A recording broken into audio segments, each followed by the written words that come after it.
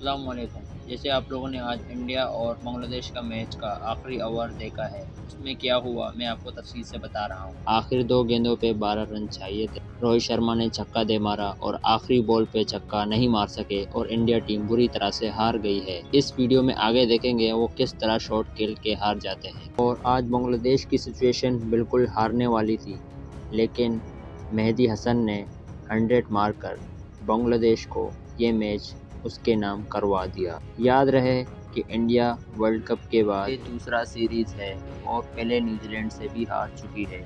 Bangladeshi team ने साबित कर दिया कि वह अपने होम ग्राउंड में बहुत अच्छी क्रिकेट खेल सकती है। आज के मैच में मेहदी हसन ने 100 मारकर बांग्लादेश टीम को एक तारीखी मैच जितवाया है। अभी हम आगे की वीडियो मुलाहिजा करते हैं कि इंडिया कैसे हारी है। It's up in the air. How far is that traveling?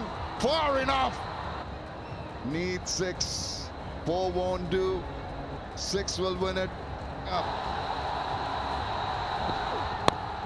Yorker